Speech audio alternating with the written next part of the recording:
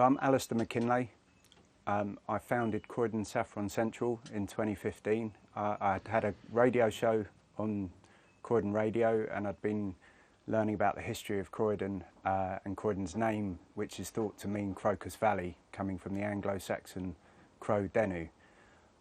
So the demolished Taberner House site in central Croydon was empty, and I had this sort of vision of filling it with crocuses and then sharing it throughout the whole of Croydon so that we could kind of recreate the Crocus Valley and celebrate Croydon's name and the heritage of its name. Probably the biggest challenge was getting permission to use the site. Once we had that permission, it meant we could really push forward with raising the money, bringing everyone together to put up the crocuses. The saffron farm ended up being used for nearly 2.5 years, which allowed us to do other activities like bring in beehives and create a bee haven with lots of bee-friendly flowers. People started to decorate the hoardings. I think collaboration was critical to the success of Croydon Saffron Central. The local media, councillors, different community groups and organisations all pulled together to make this happen. People really wanted it to happen. Things like social media as well was a great way of sharing what the idea was, and that obviously snowballed. So the more support that came, the more it grew as a project.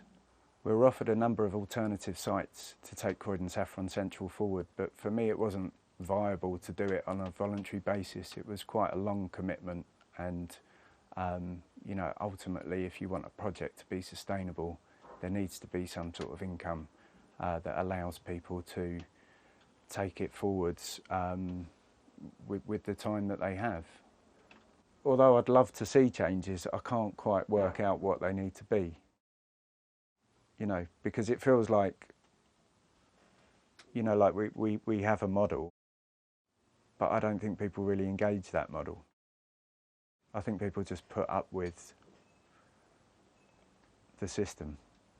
They just sort of live with the system as opposed to engage with the system. Yeah, they sort of accept it as a fact. Yeah, or just think, well, just pay me tax and do my thing. But you know, it's funny because I worked with a group of young people a few years ago, and I asked them, what do you think the council does? And they didn't have a clue. Really? Yeah, and so we had to break it down, and they were like, oh right. So they hear this word, but they don't really know what it was. Yeah. I mean, it was just that group. But they didn't have a clue. And it's like, but you could go and talk to your local councillor and say, I want this to change. And if enough people do that, then hopefully it would change. Yeah. And lack of education. But if no, yeah. Yeah. So you're sort of born into a system that you don't understand.